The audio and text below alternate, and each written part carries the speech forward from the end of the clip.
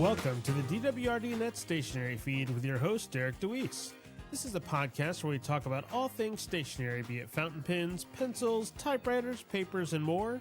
So sit back and relax and enjoy this week's episode.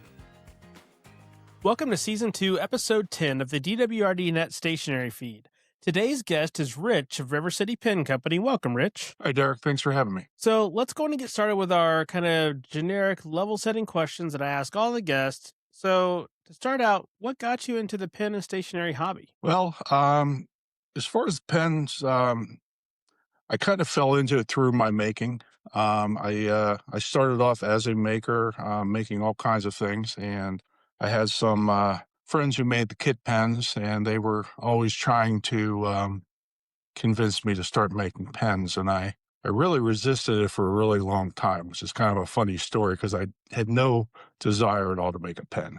I was doing art shows, craft shows with kind of flat carpentry work and other crafty things that I worked on, and I just didn't want to get into one more thing. And finally, one day, one of them was in town. He lives about 3 hours away, and he says, "Hey, I have my lathe in the back of my car. I'm going to stop by. We can make a pen." And I was like, I don't want to make a pen. But hadn't seen him in forever. So I was like, okay, yeah, stop by. So he made a pen, and I watched him make it, and he had all the blanks glued up and everything. And so I watched him, and then I tried it, and I was just like, it was like the aha moment, like the big whoa. And probably a week later, I had my own lathe and joining all the pen turning groups on Facebook, and yeah, I was all in really fast. And from there, I started to develop into the custom pens after a while, and just sort of spiraled downhill, if you will, from there. No, and that's a common similar origin story for a lot of the makers. It's like, oh, I was making something else, and then all of a sudden, some factor said, hey, I'm going to try and make a pen. And then after that first one, it seems like the common theme of if you didn't own a lathe, you shortly owned a lathe and materials, and then it just evolved into where you are today. So now that you're in the pen world, what do you currently have inked?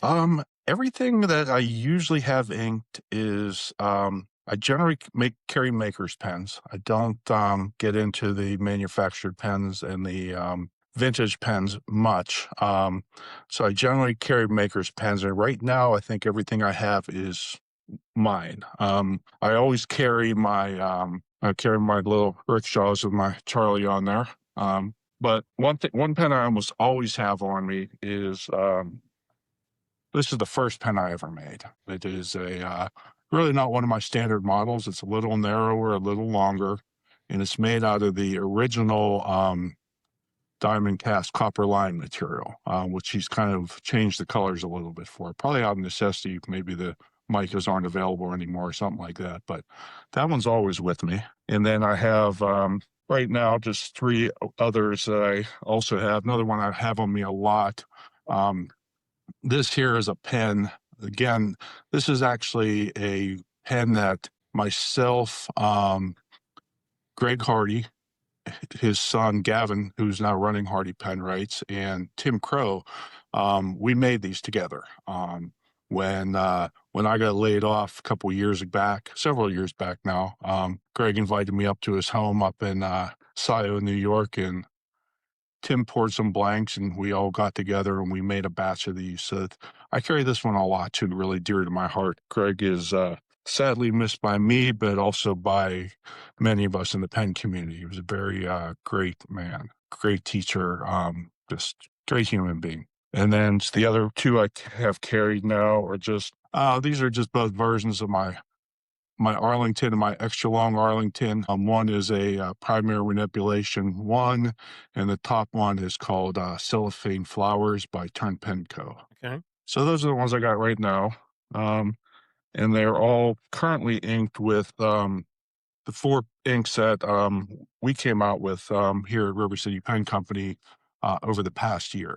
So I like to have those with me at the show so people could try them out and see what they look like. No, and that makes sense. So I assume in general, with you inking pens, if, especially if you're doing maker pens, you're more of the converter and bottled ink versus cartridges. Yes. That Yeah, would make sense. I don't do too many cartridges. I just like the varieties of the inks that you can get with the bottles in. It's amazing when you're working at pen shows how many bottles of ink you pick up. It's amazing when you learn what Like, pens are, how many bottles of ink you pick yeah, up. but even not just, obviously I buy ink. Just people like someone next to you that's selling ink. Here, try one of my inks, and they give you a bottle to take with you. It blows my mind. You just have this drawer full of ink, and just from you know, and I'm behind the table the whole weekend. I'm not really shopping much. Yeah. No, but that leads into my next question I have written down here. How many inks would you say you currently have? I'm not a real big ink guy, so for me this is a lot.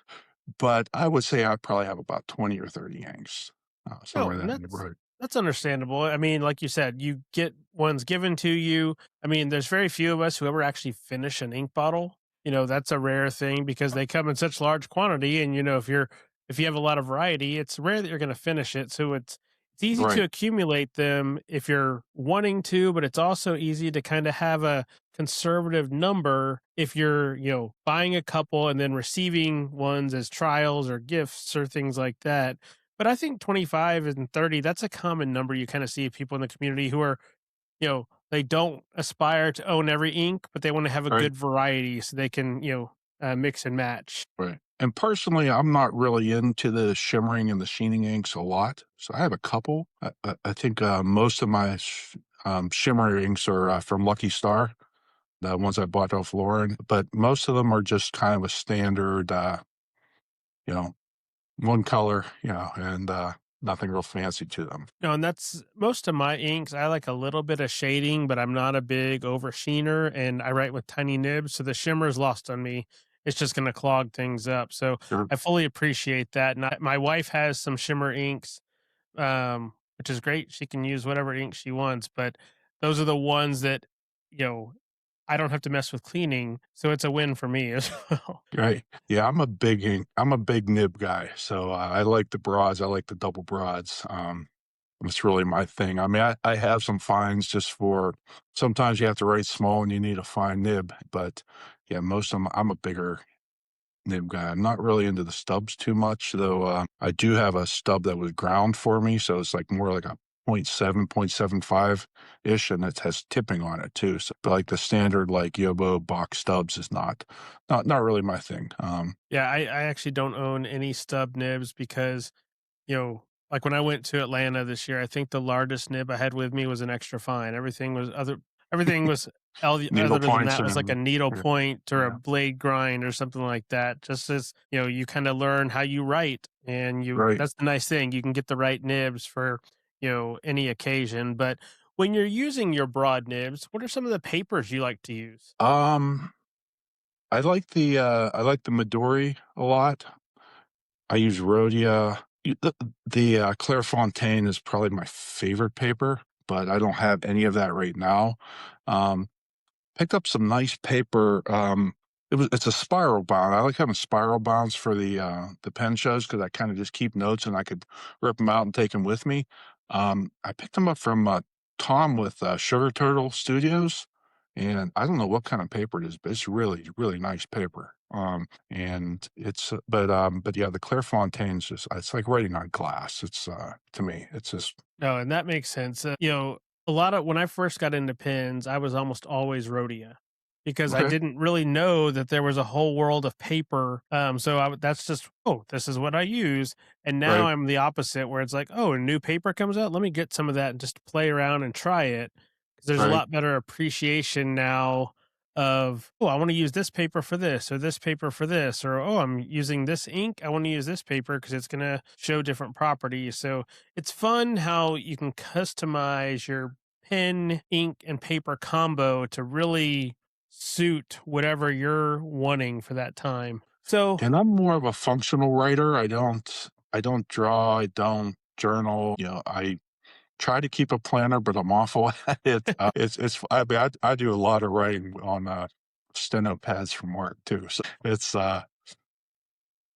just no, my and office day to day. It's more like I write because, lists and stuff like that. But Yeah, I'm a big list maker, and my kind of go-to paper I've been using for work is the Krina Spark because it's thin. Since I use a lot of ring-bound systems, I can keep a lot of oh, pages in there, and it's not overly expensive. But I can, if I'm going to have to write a lot for work, I want to write on something I enjoy writing on that I'm not going to get weird feathering or bleeding and stuff like that. So that's yeah. been my preferred kind of utility paper, you might say, lately. But onto the final kind of the level setting question, which is one of my favorite ones to ask. What is your favorite stationary adjacent item? And by that I mean a messenger bag, a lap desk, a case, something that is not pen, paper, or ink that you use all the time when it comes to stationery as a whole.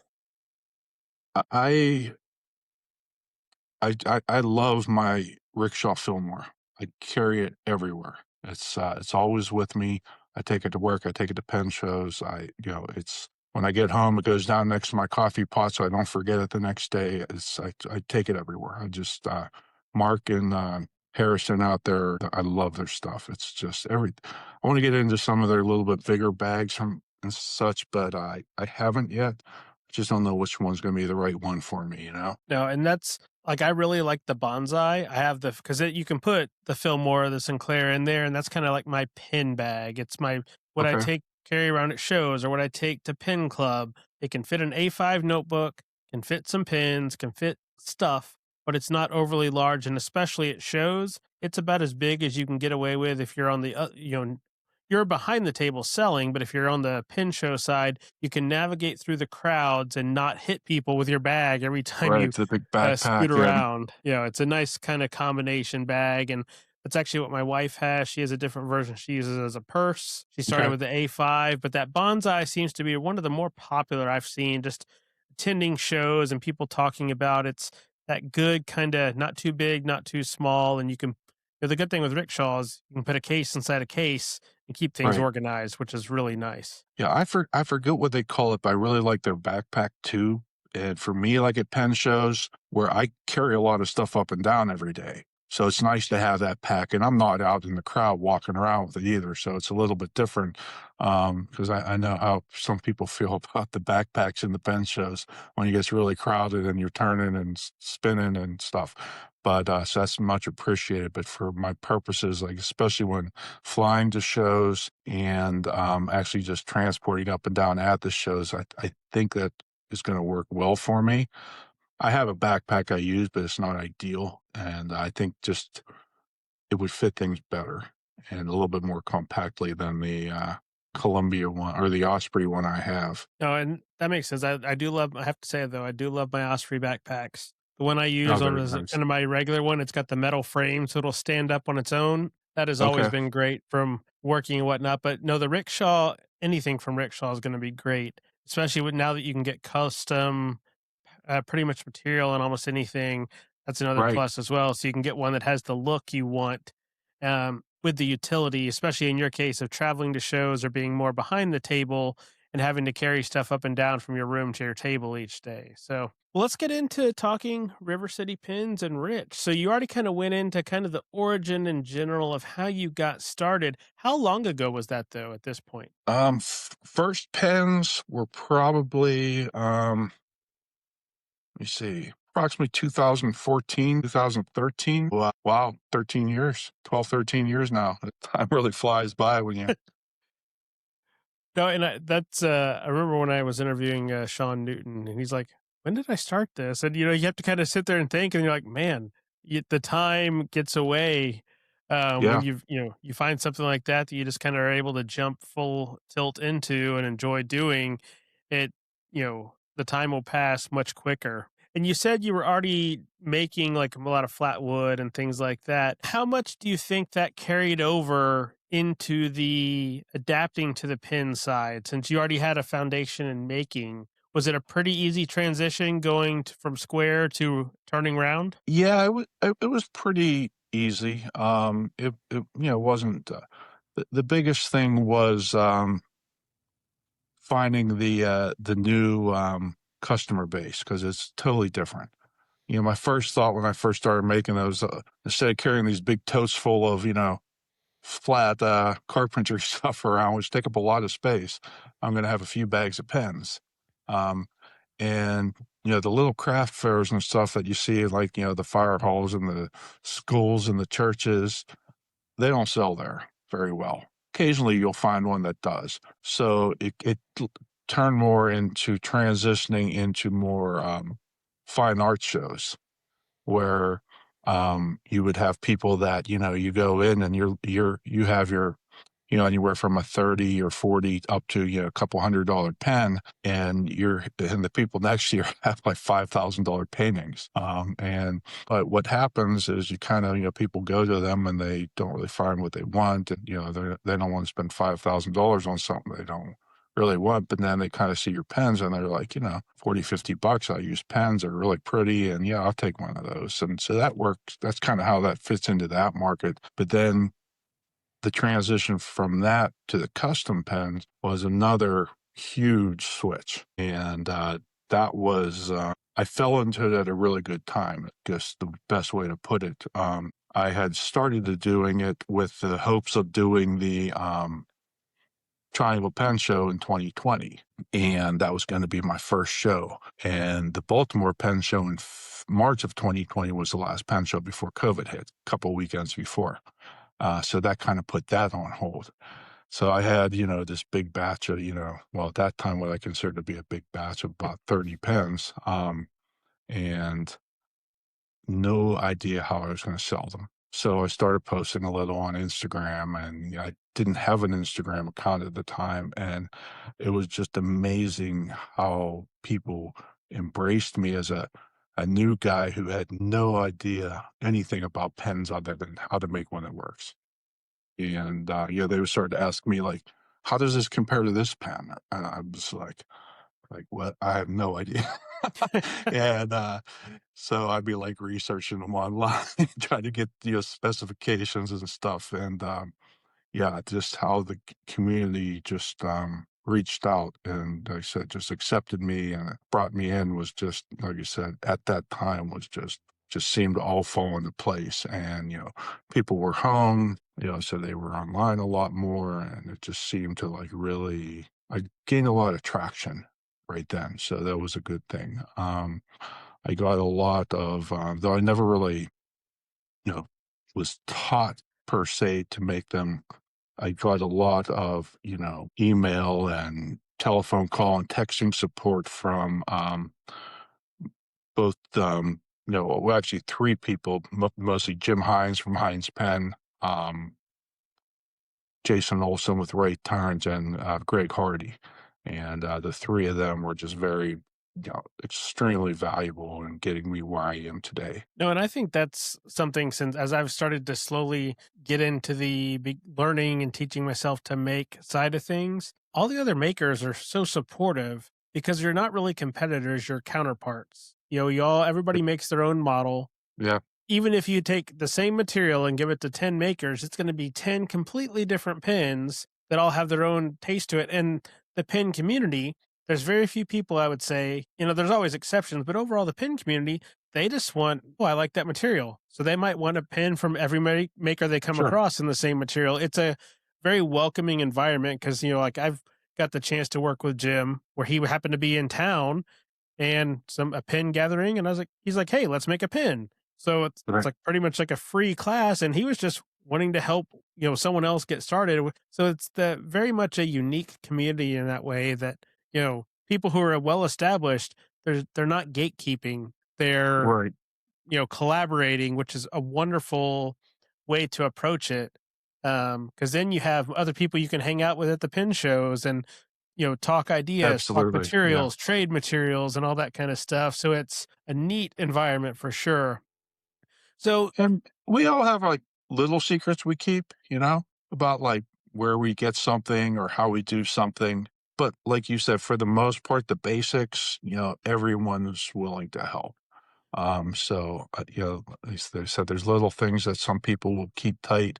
Um, and, but yeah, it's really, very supportive of each other and, their businesses. And, I shows I can't get to, I try to promote them as much as I can when I'm, doing things like this, or just do a quick, reel from my shop, just remind people about the shows and such, just to get people out there buying off of all the different makers that, spent their time and energy to go down there. No, and that's one thing. If you go up and ask a maker, they almost always have at least one other maker's pin with them because they're buying and supporting the other makers, which I think Right. is cool. That's just a unique, like I said, not competition, your counterparts. You want to support them because they want to support you. And it's a great just trade and community. But at this point, you have what, about 8 models? So how did you get into coming up with your ideas for your different models, and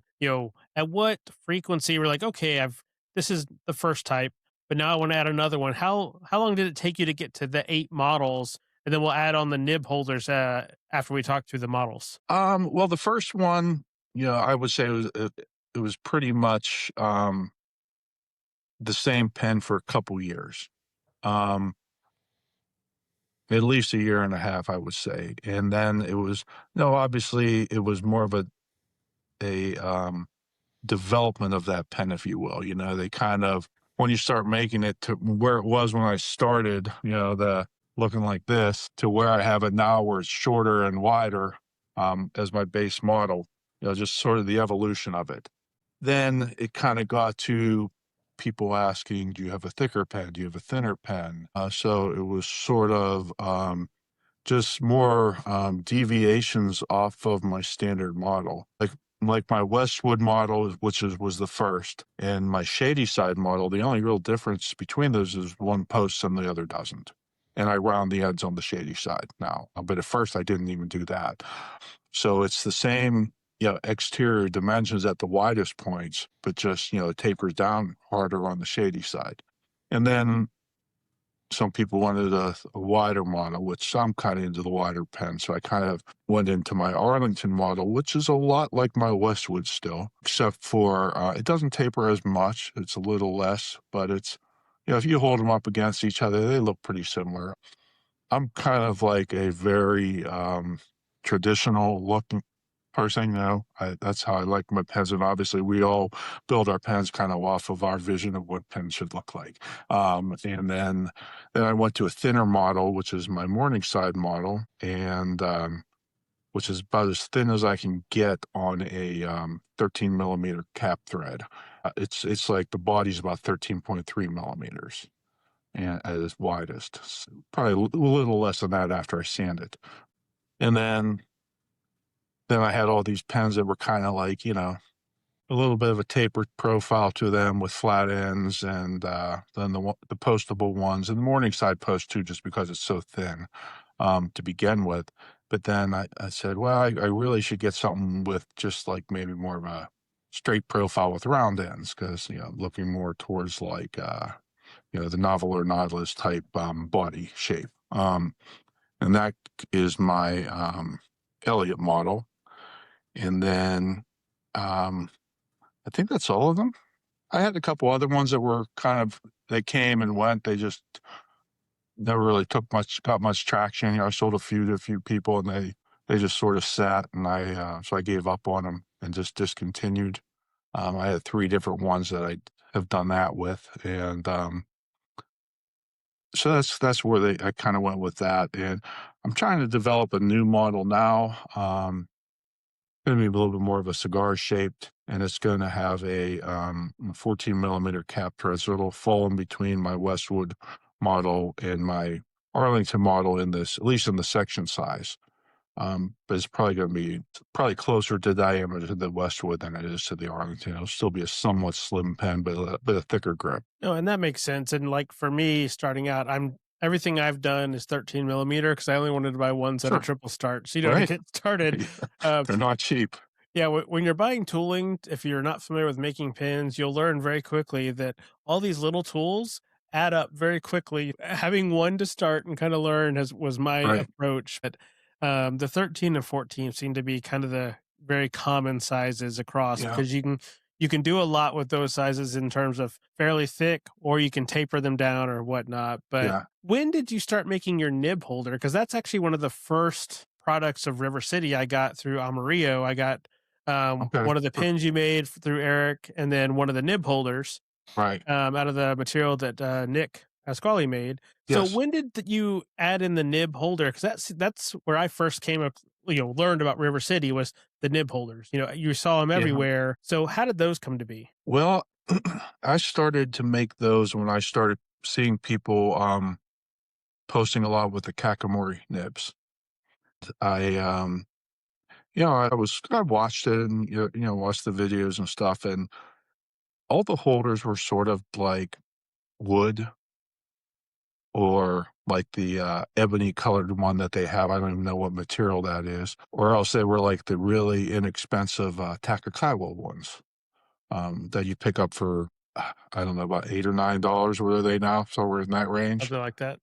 And so I debated making them, and then started getting into was it going to be worth the worth it to what the price on them was like the big issue, because I didn't want to go too high, but I didn't want to make something that wasn't going to be worth my time either, because you have so many hours into making a pen. Let's face it, it's not our time's not infinite. We have a so I had to weigh that out, and I said, well, I'll make a couple, and my first couple were I just bought some of those Takakawa nib holders, and I just tore them apart and got the inserts out of them. And once I found out that people were liking them, I was like, well, this is not going to sustain itself with me having to tear apart these wooden nib holders to get this insert out. So, and I knew you could get those metal ones that are some of them are chrome plated steel, some are stainless steel, but they historically corrode. They you dip them into the either alkaline or an acidic ink, and even this cheap stainless eventually starts to get disgusting. So the search began for the vinyl plastic. I don't even know what the exact material they're made out of. It was, and it took me a lot of hours to find those, which is like that's my one secret of the pen turning world is where I get those. It's like figure it out. So once I found those, it kind of that saved me a little bit of time, and obviously I wasn't spending $8 on a nib holder anymore, so I was getting them a little bit cheaper. I probably could have got the Takakaiwa ones wholesale, but still, the time to take them apart was just a lot for me, and they took off. I I think I mean, I know other people made nib holders before me, but I think I was probably the first or one of the first to make them readily available, to always have them in inventory. So I think that helped me a lot too to kind of get lay some groundwork for my models. And I have 3 models of that. I started off with just 2. One was my contoured model, which is the one I did for Eric, which you have. And then I had called my slim model. It's just more of a straight profile like the Kakamori ones are. And then Aziza and Candace with Gourmet Pens, they wanted shorter ones. And I was like, shorter? Like, I have huge hands. So I'm thinking, like, how short? So she actually had one of my nib holders and she wanted me to cut it off, which that was a challenge in itself because they're chucking them back up and turning them once they're already Yeah. parted off and sanded is not easy to do. So I said, yeah, I'll try it. And she told me how long she wanted it. When I was done, I was like, oh my gosh, I ruined this thing because it was so small. And I sent it to her. I said, if this is not what you wanted, I'll make you another one.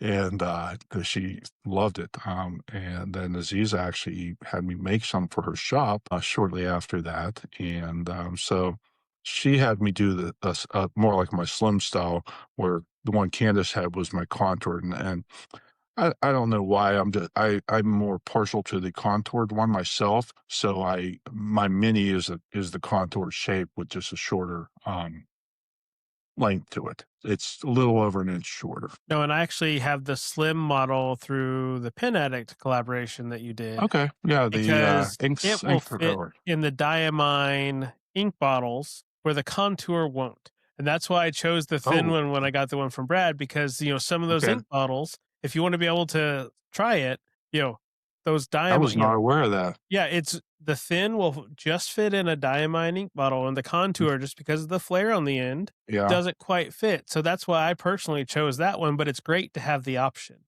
See, because especially like with the when I flamethrowers. made them, I made sure that they fit in these. Huh. And so that was my goal, was to make sure it fit in the sample bottles, because a Yeah, and I lot of think the, people vials are just ever so slightly bigger, they and it must be. could have been my technique, but since I Probably got the not. thin one, I used because I had a Kakamori in there and the Colorverse shuttle, I got both. Right. So I have the Amarillo currently, I have the Kakamori, and then I have the shuttle and the ink thrower, because that's my variety when I'm using those, but I liked that I could have 2 offerings from the same maker. It's just a unique way to kinda have that collection, Yeah. and have the variety. So if I'm come across a smaller ink bottle in the future, oh, I don't have to worry about that. I've got the smaller. I can put whichever Right. nib in the thinner version. So it seems like though collaborations around your pens and nib holders has been a common thing. So at this point, how many collaboration versions have you done? Do you think? Oh, wow. That's hard. That's a hard question there. I know I've probably done like 7 or 8 with Lucky Star pens. Um, I've done 2 separate ones with Eric. The first one was a pen, and then the second one that was penny and nib holder. And then I've done multiple with Tori with Stationery Universe. We've done 2 or 3 pens, and we've done nib holders. Um, hmm, wow, 1, 2, probably 4 times now, and I actually have a 5th one's actually sitting on my desk here that I just recently finished up for that she'll have at the, Orlando Stationery Fest, Okay. in May. Is that May? I think so. I think that's Yeah. May. Yeah, it's coming up here pretty soon. So, yeah, so I'll be shipping these out to her soon, and then, I'm also working on another one with, Lucky Star now, instead of, um, my, Morningside model pens that she's gonna take up. She's doing the, Yoseka, Stationery Fest up in Brooklyn this year, Okay. which I I was actually invited to that, and I really, really wanted to go, but it was so hard to say no, but it's just I'm like at capacity right now with shows just because of rebuilding inventory between them and working full time. On top of that is just too much. And so I told them, if I'm invited next year and know a little bit earlier, I'll make sure I can go. So we'll see what happens. No, definitely. So it sounds like you've had, the collaborations have really helped because like I said, I found out about River City Pins through Amarillo, and Right. then I'm sure there's people who found out about them through Tori or through all the other options, or like pen through Brad Pen Addict, So it Sure. seems like that's been a good way for you to grow because now you're at a capacity level where you're having to turn down shows, which if you think about it, it's a good problem to have. Yes and no. Yeah, well, yes and no, because that might be new customers, but, Right. at least you have a game plan, like you said. A lot of things because there's so many shows and there's only so many, people can go to, that advance notice and whatnot really factors in because people have to you're not planning for this year, you're planning for next year, and then you're having to plan that far out to be sure you can Yeah. have stock and travel and all the things worked out when you get to Right. that point. Yeah, and it's really, people want you to do different shows too, and I totally get that because, some people, they don't wanna just buy a pen from what they see on the internet or on a website or on Instagram or wherever. They want to pick one up and feel it and see what it's really like before they buy it, and I'm kinda that way too, so I totally get that, but to abandon a show that you the abandon a known for an unknown is kinda scary. Like, I know some of my shows are really good and some of my shows are good enough, but is a new one gonna be good enough, or is it gonna be not quite good enough? And they're all good. I only lost money at a show once. I'm not gonna say which one it was or anything, and, I think it was just a bad year because it was still coming out of COVID and stuff, but it's hard to just leave one where you know you're gonna do all right, and you could almost plan a certain range of sales for one that you can't. So this year we decided, between me and my wife, we talked a lot about this, that we're going to add a show. And it's going to be the Empire show up in New York, and that's a little intimidating, that show. With just things are more expensive in New York. So how are we going to do? So we'll see what happens. But we made the commitment to give it a try, and so we're going to do it. And she goes with me to probably let's see, she goes to, well, probably about 4 shows a year with me, Okay. out of the 7 I do, so 8 this year. And she does a lot of, work on my nib holders for me. She'll go down, she'll pick out all the rods, and she'll, just turn them down to my final diameter on my one metal lathe. I have 2, so we will both be working at the same time. So she'll go down and do that. Or if I have a large order like the one I'm doing for Lucky Star right now, she will, yesterday she spent a couple hours down there putting them on the mandrels and just turning them down to the rough diameter I need. So then I could go and shape them and sand them and polish them. So that just saves me a ton of time. So having her to help, it really increases my capacity a lot. It's not the real technical stuff, but it's just the time that you save doing those things, because it's a long step in the process of turning them down. No, definitely. That already just sounds like a great scenario. Does Now your wife goes to shows, is she a pin user as well, or is it more of Not the at all. supporting the No, she doesn't even know all of my models. She knows a bunch of them, but so it's like in the so we have our process to kind of, how she knows what stuff is, and she obviously, she's not a recluse, so she talks to people.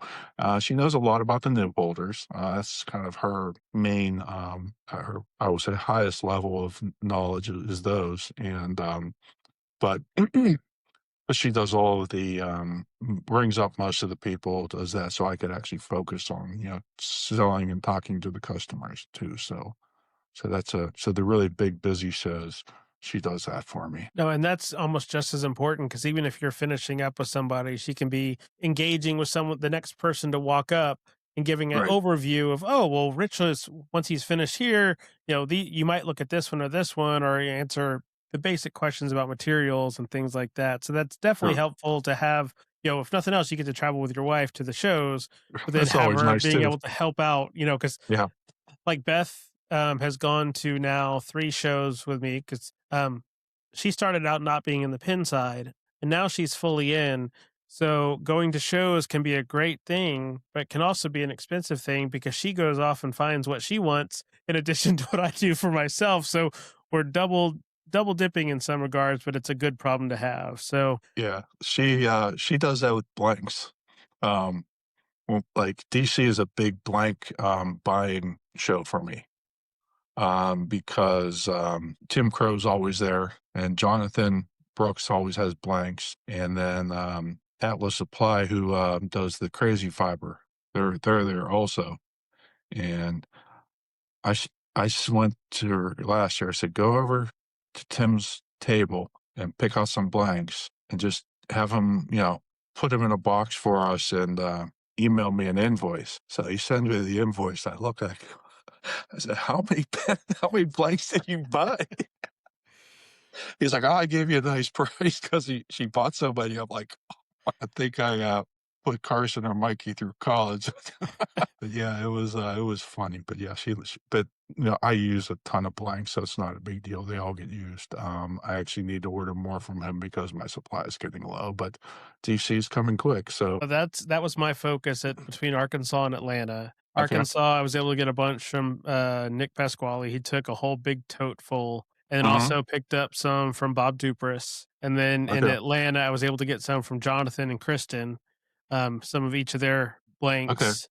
And then Daryl D Squared Arts, I got a couple from him as well with his I need to stripe. try some of his stuff. Yeah, the stripe stuff is just so cool, but I'm so intimidated because I'm still new enough that I don't want to screw it up. So it's sitting there in the to be dealt with when I figure out how I want to approach it.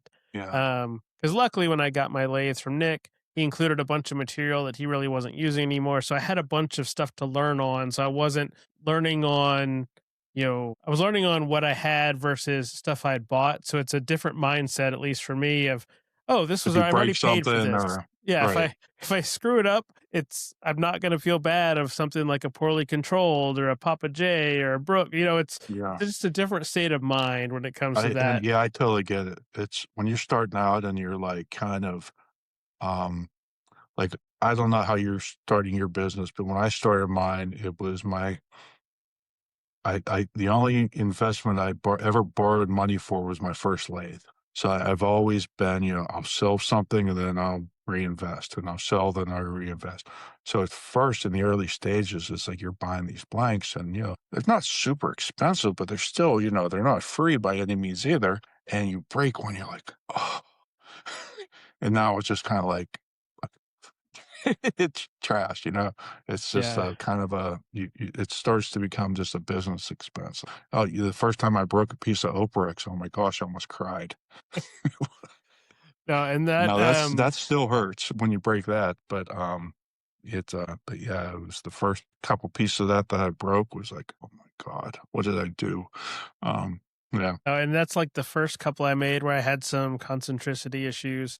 I was like, okay, there's got to be a way to save this. So that's how I ended up starting making the couple of shorter pocket pins. I just okay, cut the threads off and figured out what was out of alignment. And then it takes a cartridge or a small converter. So, sure. make the best out, use it as a learning process. But it's been fun so far. But at what point did Charlie decide that you needed to start offering the shop specific inks that you've created? Okay, when do we start talking about that? Well, we released it last year in the, Urban Ripple color, the blue, at the Triangle Pen Show. So I think it was probably about a year and a half before that, I went to my friend Steven and he's a scientist, like a real life scientist, and, I said, "Do you think we can make ink?" He was like, "Yeah, we could look into it," kinda just, I didn't think I don't think he thought I was real serious at the time. So, we chatted about it here and there on and off, and then, not this last June, but the June before, he lives down in the, Durham, Raleigh area, so he kinda comes up to the show and hangs out with me and helps me out a little bit, so we kinda started talking a little bit more seriously about it that year. And, so he made a couple versions of it. We played around with it and, um, played with the pH of it and getting it all right. And then the following year, we came out with it. So that was batch 1. And then from there, we went to, this year at the Philly Pen Show, we released the other 3 colors, the, Tropical Shores, the Viva La Violet, and the Cold Barge.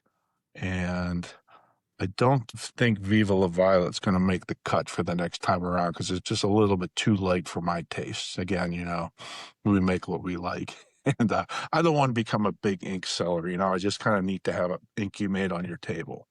The Viva La Violet, I'm not sure if I'm gonna keep it even though I love it. I love the color, but it stains a little bit. Like you'll see it stains your converter if you have it inked up for a long time. So I kind of concerned with that one with people with a more valuable pen staining their pen. So I make sure I'm telling them that when they're buying it now. But I will we may have to try to rework that one. But the other two, the Urban Ripple and the Cold Bars will keep. I like those. They work good well. They don't stain anything. So No, I like the idea of having, makers making their own inks, even if it's just like a limited thing that you can pick up at a show. right. Because it's sometimes someone might not be able to drop the money to buy a pen, but they could buy a bottle of ink. They can still support and get something to go home with them. But, they might, because that's one thing you see sometimes at shows. If there's not the entry price point of something, someone feels like they might not even come up to your table because they're like, oh, I don't have, enough money to buy a pen. Right. And, then you don't get a chance to introduce yourself or talk or, share stories and things like that. So having ink or like a rickshaw sleeve or something like that they can still support. They're not afraid to come up to the table is a nice way to kind of um, offer something. Maybe they're Right. traveling and they need to take something home small, but they might use ink more than they would another pen. They might feel like they already have enough pens, so they can still get some ink Or and they've have already that to go bought with 3 it. or 4 pens and they're just, they're done for the show. It gives you a chance to talk to them and let them see your face and try to hopefully remember your name. No, and yeah, because then the next time they're in the market to buy a pen, oh, I had that great conversation with Rich, and I have that ink.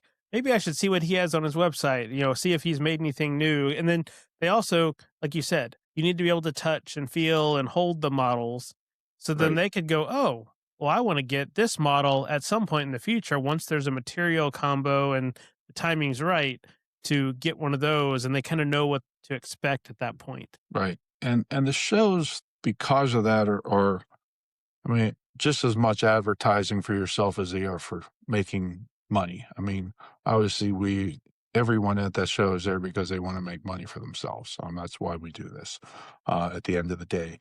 But we love it doing it and but we still want to sell pens. So just being there, someone who maybe travels around to a bunch of shows, after they see you 3 or 4 times at different shows around the country, that kind of legitimizes you too as a real business, not just some "Who's that guy?" So that I think there's a lot to be said just for, showing up every day, whether it be online, going on your social media and posting, or being at shows, or whatever your business model might, project you to do. I think there's, a lot to said for just to be for people to see you. No, definitely. Even just the word of mouth, you sell a pin to somebody and they love it, then, the next time that person, even if it's a show you're not at, they might have it in their pin wallet and get to try it and go, wait, what's that? So then the next show they go to that they see that River City will be at, well, I got to go to the River City table on the first day and see what he has because they had a chance to get that word of mouth in. Because honestly, I think that's one of the biggest things in this community is the product stands on its own and it's people who enjoy it and share it with others that kind of builds up that grassroots marketing for all of the makers and the different things. So then people know kind of, oh yeah, I really like that pen or, the collaborations, you kind of build that like you said, acceptance. You're not some random person. You're like, oh wait, you did a collaboration with Stationery Universe, or you did one with Pen Addict, or did one with Amarillo. It kind of adds to that. You've been validated. You've been vetted by the Right. community to know, okay, yeah, I need to go see what they have to offer. So, one question in terms of blanks, and you already mentioned, Operex seems to be a really almost a specialty, I would say. You see a lot, you do a lot with Operex. So, how did that Yeah. kind of come to be? You said it was whenever some breaks, it's a little bit of a heartbreak, but how much has that added to, like you were saying, the grassroots of that such a unique material as you started making that into pins? Um, I mean, it's definitely, as you can see, a big part of my business. There's a lot of, downsides to working with it, really. I mean, one, there's silica in the resin, which is toxic. So, always, half mask respirator at all times when I'm in the shop. I mean, when I work with it, it's like my wife's not allowed downstairs. She can't come down. She doesn't have a respirator. So, and, she wouldn't wear one anyway. So she's out of the shop. So there's that, especially, when it gets really hot and you're sweating, or it's really cold out in the winter because my shop's not. It's in my garage under my house, so it's not like when it's 2 degrees outside, it's like 31 or 32 in there. So, but it's cold. So when you're having trouble breathing already from the cold constricting your lungs, and you got the respirator on, so there's that. It is a more delicate material than your urethane resins and your acrylics. So it will, if you don't have your techniques right, and it's a learning curve. you can crack it. It's especially when you're like running a tap into it. It wants to, if your tap isn't like brand new, super sharp, there's always that outward pressure as it goes in. It's pushing out. Um, you know, running your threads on the metal lathe, would solve that problem. But it's just not something I really got into. To me, it's more of a time issue because obviously running those threads is it does take more time. And for me, like I said earlier, I'm kind of at capacity and I don't want to slow down. So it's slowing down to learn it and then slowing down to do it actually too. So there's that. And then of course the cost of material, it makes it kind of cost prohibitive to have a lot of inventory also of it. So people say, hey, could you make me an Oprix pen out of this material? And very rarely do I say yes to somebody who asks for that. Uh, Usually if I am going to take a custom order on the Oprix, um, it has to be a material I have in stock right now. And I really have to have some free time on my hands to do it because um, it's just keeping it in inventory for shows at times is hard. So I can't make a lot of it because of the price. So I have to kind of sell some and make some and sell some and make some. So I can only make so much of it. You know, you don't want to say like favoring the people at the shows over the other customers, but when to me, like when someone comes to a show, I want to have something special for them to look at there. And it brings people to the table to see it. Even the people that know they aren't going to buy it because of the price. I know it's not $175, $200. So they're going to they want to come out and see it. And so to have that there to me is kind of very, very important. Out of anything, getting ready for a show, the first two things that I'm looking at are, do I have enough Operex and do I have enough nib holders? Because my nib holders, like you were saying, is could have lower price point items. Though they're still not $10, $15 items, they still are considerably less than a pen. So I always have pens. I got lots of pens and I sell a lot of pens, but I sort of replace those as I sell them. But the nib holders, I always want to make sure I have a lot of those. I usually go into every show with at least like 80 of them.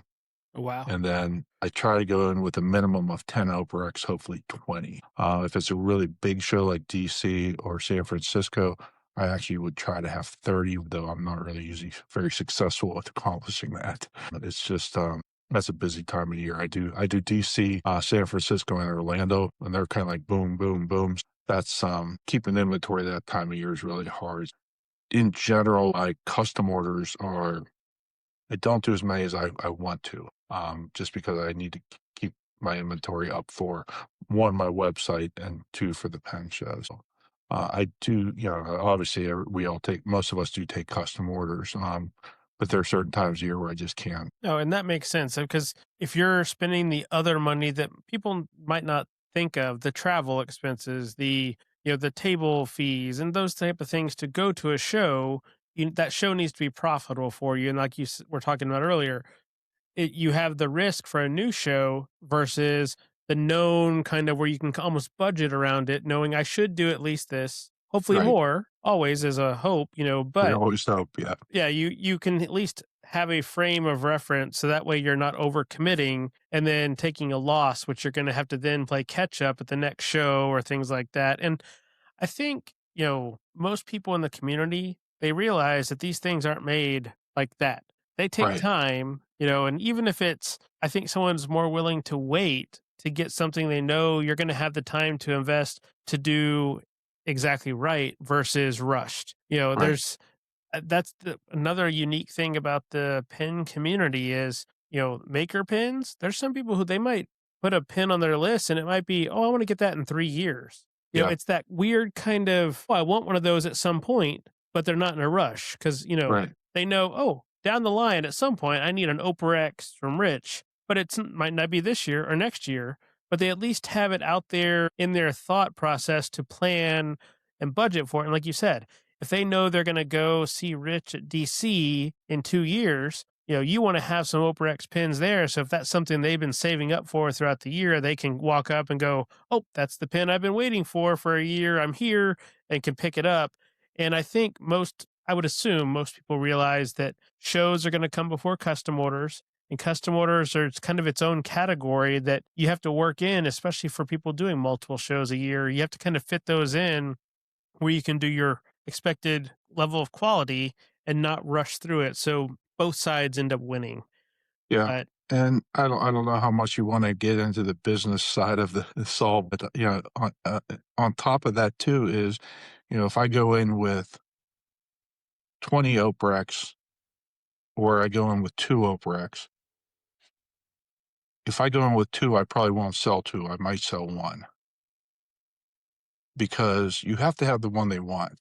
It's that color, the one that, and that's not just with the Oprex, that's with any pen. You go in with five pens, they're going to sit there and people are going to go, oh, they got five pens, and they're going to kind of walk by. But if you have a decent selection in front of you, 20, 30, 40, up to, even several hundred pens, they stop, they look, they talk. And then they will they have a little bit more time to appreciate what you're doing there and what you have, than if you don't have a lot and it's just a quick look and said, no, I don't really care for any of those, and they're gone. when it's like I've said before, you might walk up and hand me a pen, and I might be like, "That is the worst material I've ever seen." And the next person walks up, "That is the material I've been looking for the past 3 years." Yeah, There's going to be that right combination for each customer that fits their niche. If it's an all purple material and purple is their color, they're going to view that as the best thing ever. Where someone who doesn't like the color purple, they're going to be like, "Oh, I'd never buy that." It's that unique aspect of this hobby, and that's why all the materials, all the different people making blanks, you yeah, really can't go wrong because there's going to be somebody somewhere who that material is going to be like the perfect thing that they didn't know they needed until they walk up and see it on the table. And like you yeah, said, if there's more pins, people are more likely going to come up and look around because then they have more options. They right, might know, oh, I want a pin from Rich, but I don't know exactly what.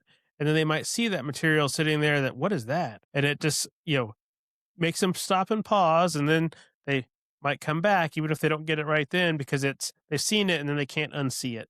And it yeah, kind of sticks in their mind of, okay, I need to go back to that table because if I go back later and it's sold, I'm going to be heartbroken. So let me just right. go in and get it now. Yeah, and you And get that a lot. People come around on day two and they're like, "Oh," but and you brought up like a really good point too, is that with the just like there's a color for everybody. Some of the pens that I've thought were absolutely beautiful. These, that's the one that sits there for 3 years before someone finally takes it. And I tell that to people all the time, especially newer makers. Everything sells eventually. Don't have a huge sale after the show. Because one, people start low and you're going to have a huge sale after every show and they're just going to, you know, they might not buy at the show and just try to pick it up later, things like that. But everything will sell eventually. But then the ones that you look at, and you're like, I really don't like this at all. And you post it, and someone's like, that's perfect. That's exactly what I've been looking for. And they snap it up, and you have like four people asking you about it. And you're like, what? 'Cause it's just like we're all different. yeah, We all know that, but it's just, what I view as a great pen, color wise, and what someone else's are not going to always be the same. And I joke, but when I say it, but I've sold a lot of ugly pens over the years. Uh, and of course, ugly to me. yeah. But so it's yeah, it's kind of it's almost like a big social experiment sometimes. No, and the one you post that you think, "Oh, man, no one's gonna want that," that's probably the one you have 1 stick of material, and you have 5 or 6 people afterwards, "Hey, I want that pen." "Oh, it's already sold." And you're sitting there thinking, "Man, why didn't I get more of that random blank Right. to be And able and to make sometimes is more?" you don't even know where you got it, and it's just like, I can't even get more. No, definitely. So, Because we'll buy lots of blanks, you may have done it, someone has I got 50 blanks here that I'm selling for, maybe about $8 a blank, and it's like, "Yeah, I'll take them." You figure, well, even if I only use two-thirds of them or a third of them, I still made out, and then you may throw them in a box and sell 'em eventually, and someone else will pick them up, and, they'll all get turned eventually, and, but sometimes we just have no idea who made them, or the person who did make them doesn't make blanks anymore because they kind of came around for a while and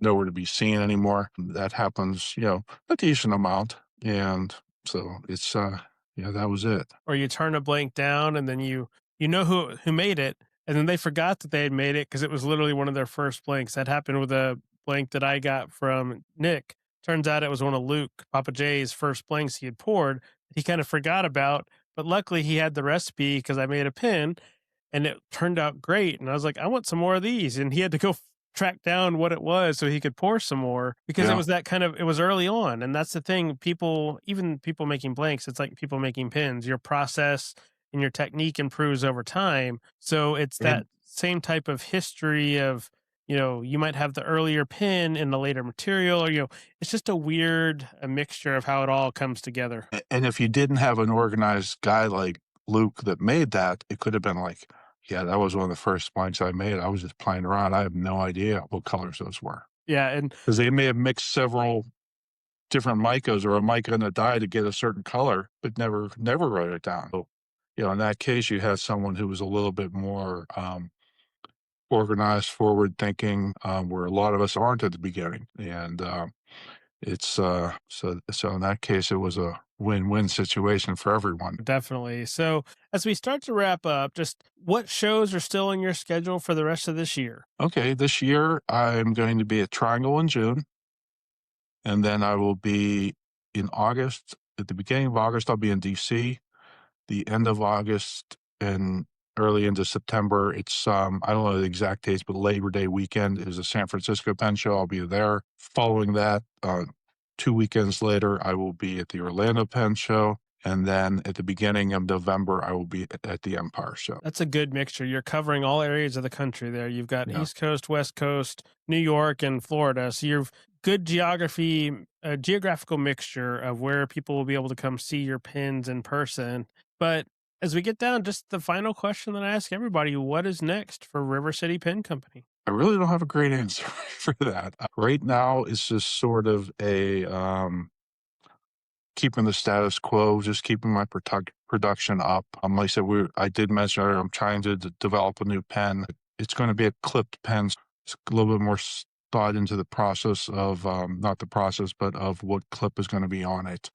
Just not convinced of what I'm doing with that yet. And actually, I have the prototype here with a no clip on it. I'll show you this. I wasn't planning on doing this, but this is going to be, is that a good position for Yeah, this? well, that shows Okay. well. All right. So this is a piece of ebonite. So it's, like I said, it's going to be a little, bit of a cigar shaped. It will have a little bit wider section, not as big as my Arlington, but bigger than my, Westwood, Shady Side, etc. on the 13 millimeter. And of course, it'll have, the clip will be, up here. And we're still working on what the clip's going to be. I don't think I'm going to have this ready to release this year. Probably be next year sometime.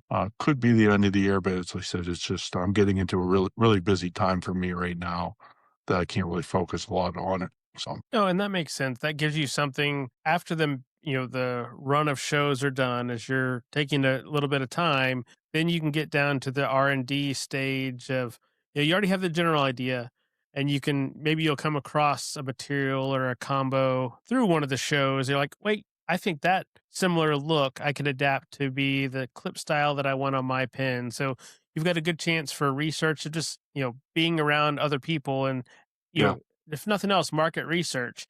Hey, if you were going to buy a pen with a clip, what are the things you like in eclipse? And then that helps to kind of, your existing customers poll them of what they might like once you have that new model ready right. for, its introduction. Yeah, we're really leaning. I say we because I've been having a lot of discussions with Damien with all in the nib about it. Damien used to live in Pittsburgh for a short time, so we kind of became friends when he lived here about it, and we're really leaning towards more of a just not one of your mass produced. You buy 10 of these clips, so something more custom. So it's just getting to that point. It's going to be a little bit more than just finding one and buying it. No, but that's the joy in it. You're getting to make. It's not Right. just turning out the same thing. You're getting to, scratch that itch for making something different and making it, like you said, what you would want to have in a pin. And then it'll find the customers after you've come kind of settled on the design. So All right. it'll be exciting once you get that ready to be released. But Rich, I just wanted to say thanks for taking some time this evening. I know you're at that point where it's like we were talking the other day when working on scheduling. We were both about to go into the shop to work on some pins. It's like, oh yeah, we can do that. Okay, I got to go work on some stuff. Because wanted to get something done before this last trip I went on this weekend and stuff like that. But I do appreciate you taking some time and I also Yeah. wanted to mention, in case you're not familiar, that Rich also frequently goes live on YouTube with Tony of Feed Your Yeah. Creativity. So be sure and check out her channel. So you'll see Rich popping up on there every so often. And then we'll have links to all of Rich's website, social media, and whatnot in the show notes. So any last words, Rich, before we sign off? I just want to thank everyone for watching. It's always great to get my face in front of new people. I also want to thank you because I know the first time we tried to do this, it's just my schedule was not compatible, and I was really thinking, boy, I hope he's not mad because I really wanted to do that. And so I'm glad we could finally connect and get together and do this. I had a really good time. No, and that's the thing with doing this show. Sometimes the timing's not right. Eventually there will be a time when we can work schedules and make it happen. So I was glad we were able to get this one locked down, especially before the big show. So now people know, oh, next time I see Rich at a show, I need to go ask about that interview or look at that model and see the differences. So little things like that. And then pick up a bottle of ink or a nib holder or a pen or three from you at the different shows. Got to have something to take home to remember getting to meet you with. So if you're new to watching the podcast, I appreciate you taking some time. We're available on YouTube for the video. And on this one, you do want to look at YouTube because Rich is holding up some of his pins, especially that sneak preview of his model still in progress. So check that out. If not, the audio version's available on Apple Podcast and Spotify. So until next time, thanks for watching, and we'll see you on the next episode.